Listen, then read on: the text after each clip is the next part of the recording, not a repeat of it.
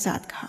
हाँ हाँ बिल्कुल, इस विपत्ति से अगर हमें कोई बचा सकता है तो वो केवल भगवान जगन्नाथ जी ही है। मुझे पूरा विश्वास है और मैंने कई बार देखा भी है कि भगवान जगन्नाथ अपने भक्तों को कष्ट से मुक्त करते हैं। जैसे ही हमारी प्रार्थना उन तक पहुंचेगी वो अवश्य ही हमारी रक्षा करने आएंगे। भगवान को पुकारने में देर हो सकती है लेकिन भगवान को आने में देर नहीं होती।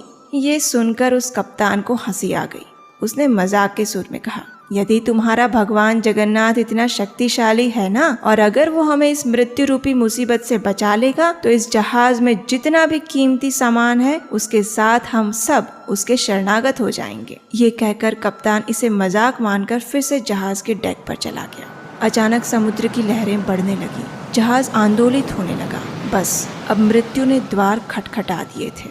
2-3 मिनट में वो जलचर प्राणी जहाज के साथ टकराने ही वाला था, लेकिन अचानक उस जलचर ने अपना मार्ग बदल दिया, मानो उसे आगे का मार्ग दिखाई ही नहीं दे रहा था। उसकी आंखों की ज्योति फीकी पड़ गई और वहीं से वो मुड़ गया और उसी तीव्रता से समुद्र के गर्भ में छिप गया। ये देखकर कप्तान के मुख पर प्रसन्नता की लहरें आ गई, लेकिन समस्या अभी खत्म नहीं हुई थी।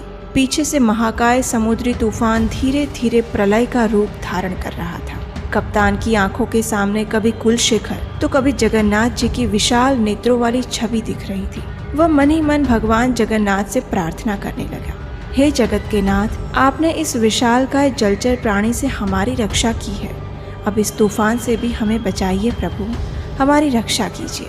ठीक उसी समय आकाश में एक भयंकर गर्जना हुई, मानो आकाश अभी गिर जाएगा और पृथ्वी पर प्रलय आ जाएगा। लेकिन धीरे धीरे हवा की गति शांत हो गई। समुद्री तूफान ने अपनी दिशा बदल दी और कुछ ही समय में जहाज पर सूचना प्रसारित की गई कि जलचर और समुद्री तूफान का खतरा टल चुका है और अब सभी यात्री सुरक्षित हैं। हर्ष के आवेश में आकर कप्तान ने कुलशेखर को गले से लगा लिया। भगवान की मनोहर छवि ने उसे मोहित कर लिया। उसकी आंखों से अश्रु बहने लगे और भगवान जगन्नाथ के प्रति उसने अपनी कृतज्ञता पूर्ण प्रार्थनाएं अर्पित की। जहाज धीरे धीरे आगे बढ़ता हुआ किनारे पर पहुंच रहा था और वहीं दूर से जगन्नाथ पुरी मंदिर के नील चक्र पर उड़ती हुई ध्वजा पर कप्तान की दृष्टि पड़ी। अपने वचन के अनुसार उसने अपने सभी कर्मचारियों के साथ जाकर भगवान जगन्नाथ की शरण ग्रहण की और जहाज पर जितने भी बहुमूल्य रत्न और संपत्ति थे उसे पूरी मंदिर में अर्पित कर दिया।